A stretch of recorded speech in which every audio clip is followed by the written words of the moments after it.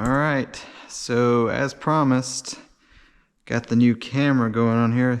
It's Fender Vision. Nah, I'm not gonna refer to myself that way.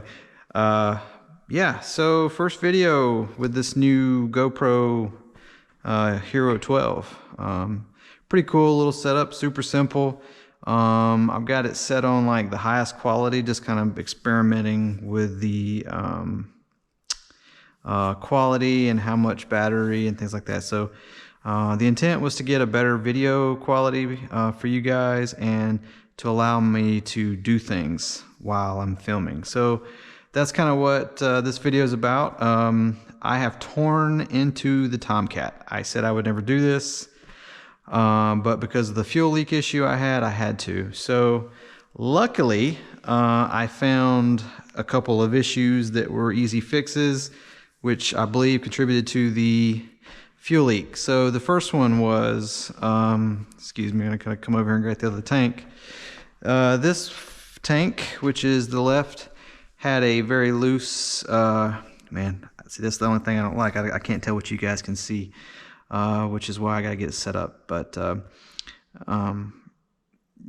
fitting on the pickup line here was very loose, and I think it was leaking there. Plus the other tank, the other saddle, the fuel clunk was very loose, and it literally just pulls out. So I think this is where it was leaking from. It was just coming out around this rubber, and they're still pretty pliable. So I may have just didn't get them tight enough, or they just shrunk and require some tightening. But that appears to be the issue. So I'm going to ditch the Tygon here and go with the Festo tubing throughout the jet. So I pulled it all out. The gear is loosely hanging in there. I went through, cleaned all the old stuff out, so it's nice and clean now. Got all that oil out so I can get the saddle tanks put back in there and put back in and held with some Velcro. While I had all this out, I'm kind of checking things, looking for stuff, and I found a couple of air items that I wanted to address from prior flight. I was losing air pressure with the gear down, and once I got it up, it went away. And I found the problem. This little guy right here, which is the lock cylinder, is also tied into the air for the gear. It's not really a lock. It just kind of holds this thing, straight to keep it from going one way or the other. I do have a new set of struts that somebody made that have a lock, that have like a piece on them that keeps it from going basically over center. So I'm going to put those on, I think now. He was supposed to be making some new air cylinders. This is the Achilles heel to the Tomcat. These plastic ends are what break. They get brittle and then they break. And then when that happens, this gear, the only thing keeping the gear in the position is the air strut, and then of course this. And if that snaps, it can go over center or fold up, so it'll collapse on you. Kind of a bad design. So he was actually making new air cylinders with metal ends, and he hasn't got the air cylinders yet, but I do have the metal ends, and now that I think about it, I might see if they just thread on here, because if the metal ends thread onto this, then that's the problem solved. The other problem is these air cylinders will pull apart because it has like 2 threads in this little aluminum housing here. But hopefully he makes some.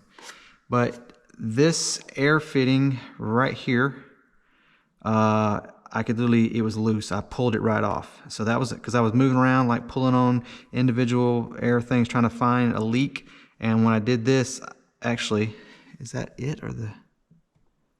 Okay, so that was the whole air cylinder moving, but it leaked when I did this, and then I just pulled it right off because this airline gets old and hard, and I guess it just stretches over time, and it pulled right off. So there was an air leak. And then I came up here, was pulling on the nose, found that this, gosh, I hope you guys can see that. I don't know what you guys can see and what you can't. this air barb had a leak because this end piece, which is the strut, and it attaches to the gear. The gear's kind of up in here right now. So this comes down, this attaches right here, and that's what moves the jet up, or the nose wheel up and down. I found this little bracket was broke, so I took it off and re-glued it. It's setting up right now. And then this, as it moved in and out, was rubbing, and actually had rubbed the top part of the rubber, the airline, in two. So when I did this, it was leaking here. So I fixed all that and put air in it, and now it holds air. So finally fixed my damn air problem. So air brakes are working, no issues there. Wow, I gotta get cleaned up, but so the Tomcat should be a go, because I don't have to pull it completely apart. So I'm not going to right now, anyways. I'm not going to replace this air cylinder because if I put a linear actuator on here, I still have the button valve right here that activates the lock mechanisms right here. So in order for me to just redo all that, it has to come apart. And I think I would rather just leave it like it is, because it's flying, it flies great. And now that I'm not leaking air, it's not as big of an issue. So maybe if I ever sell this one and get another one, which I would totally do, because I like, it was a fun build, and I would, like I said, I would do a couple things different this time around, like I did on my F-22. But there again, it's like, you never know what you're going to get from one jet to the next. So it's like, this one's a beautiful jet, flies great, and then the next one could be a complete turd. So maybe one of those things where someday when I got some extra money, which I never do, I will order another one and make sure it shows up and then check it out before I sell this. So anyways, so that's kind of a little update, just trying to try this camera out. I can't really see what I'm filming with it stuck to my head like this, but at least you guys can see, have good picture, and I can actually work and do videos. That's my plan, is not to do, hey, here's what I've done, here's what I got to do it and talk while I'm doing it. So that's the plan. But so the Tomcat is gonna go back together. Like I said, I gotta get a couple fuel lines ran before I do that, and then I gotta put the saddle tanks back in. Then I'll put the swing wing, actual cross beam and everything back in. I asked around to see what the new Skymaster F-14 kits are using for linear actuators.